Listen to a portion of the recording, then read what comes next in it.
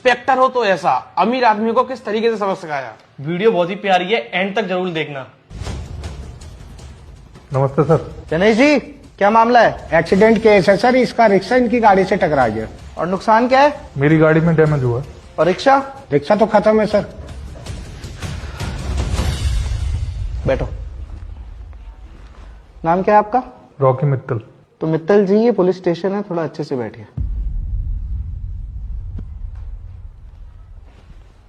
और तेरा? शंभू नाम है साहब। कैसे हुई टक्कर? साहब वो गलत तरीके से चलेंगे तो टक्कर ही होगी। आपसे नहीं पूछा मैंने, बता। साहब, मैं अपनी सवारियां उतार के गली से बाहर निकल रहा था, अचानक साहब की गाड़ी सामने से आ गई। मैंने बचाने के लिए दाएं मुड़ी, लेकिन वो थोड़ी सी खरोच लग गई इनकी गाड़ी में, और मेरी भी चोट आई है साहब। जी बताइए, आप कुछ बता रहे थे, बताइए। देखिए सर, ऐसा है, जो इसका नुकसान हुआ है वो मैं दे देता हूँ, और जो मेरी गाड़ी में नुकसान हुआ है वो ये ठीक करवा दे। इसमें हंसने वाली क्या बात है? आपकी गाड़ी कौन सी है? XUV 700। XUV 700। तो जो आप मांग कर रहे हैं ना, वो नाजायज है। मतलब ये कि आपकी गाड़ी का इंश्योरेंस तो हो गई, तो आप इंश्योरेंस क्लेम कर लीजिए और कंपनी से पैसे ले लीजिए। अच्छा, मतलब आप ये कह रहे हैं ये जो मेरी गाड़ी का नुकसान हुआ है वो मैं बियर कर लूं? तो और क्या चाहिए आपको? मुझे मेरे नुकसान की कीमत दिलवा दो और मामला खत्म। नुकसान हुआ क्या है? अभी तो मैंने बताया आपको अपने नुकसान के बारे में। देखिए मित्तल जी, नुकसान आपका नहीं हुआ, आपकी गाड़ी का हुआ है। तो सर, गाड़ी को खरीदने के लिए मेरा पैसा, मेरी मेहनत भी तो लगी है ना। अगर इस एक्सीडेंट में इस इंसान की जान चली जाती तो क्या कीमत देते हैं आप इसके परिवार को? मैं क्यों देता? इंश्योरेंस कंपनी देती। तो उसी इंश्योरेंस कंपनी से आप अपनी गाड़ी के नुकसान का क्लेम कर लीजिए। वाह इंस्पेक्टर साहब, ये अच्छा इंसाफ है आपका। मतलब इसकी गलती की वजह से मेरी गाड़ी में टक्कर लगी, डैमेज मेरा हुआ, और आप तसल्ली भी मुझे दे रहे हैं। और क्या चाहिए आपको? मुझे मेरे नुकसान की भरपाई चाहिए। इससे पैसे दिलवाइए और इस मामले को खत्म करिए। कितने पैसे है तेरे पास? साहब 400 रुपए है मेरे पास। दे दे। सर क्या मजाक है ये? चलिए और दिलवा देता हूँ। तेरे अकाउंट में कितने पैसे हैं? साहब अकाउंट नहीं है साहब, गरीब आदमी। अरे तो मैं क्या करूं यार? रिक्शा लेके निकल जाते हो तुम लोग सड़क के ऊपर, भुगतना हमें पड़ता है। किसने बोला था टक्कर मारने के लिए अपने से गरीब आदमी को? एक मिनट सर, क्या कहा आपने? मैंने कुछ नहीं कहा। आपने मुझे इससे गरीब कैसे कहा? क्योंकि आपको पैसे चाहिए ना मित्तल जी।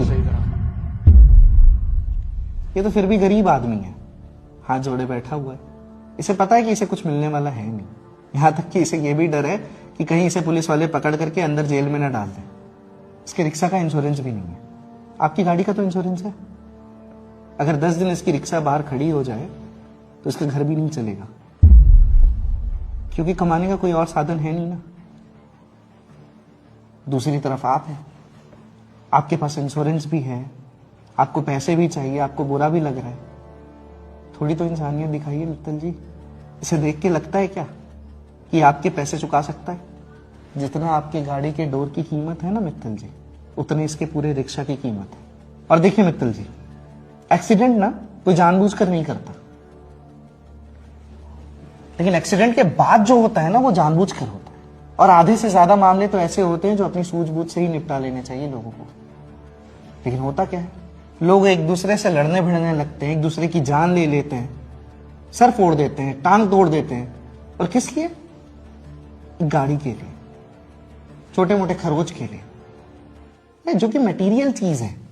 अब मान लीजिए मित्तल जी, इस चक्कर में आपको चोट लग जाती है, ये आदमी मर जाता है, क्या जवाब देते इसके परिवार को? और गाड़ी का क्या है? गाड़ी की छोटी मोटी नुकसान की भरपाई तो हो जाएगी, लेकिन अगर आप दोनों में से किसी को चोट आ जाती या किसी की जान चली जाती तो सारी जिंदगी भर का पछतावा हो जाता मित्तल जी। छोटी सी बात है, इसे खत्म करिए और आगे बढ़िए। हो गया उसको। क्या भैया चलो मैं ठीक करवा देता हूँ तुम्हारी रिक्शा। और थैंक यू सर इतनी गहरी बात समझाने के लिए। सुनिए, अच्छा लगा कि आपने बात को समझा। उम्मीद करता हूं बाकी लोग भी समझेंगे। चलो भैया। Thank you sir.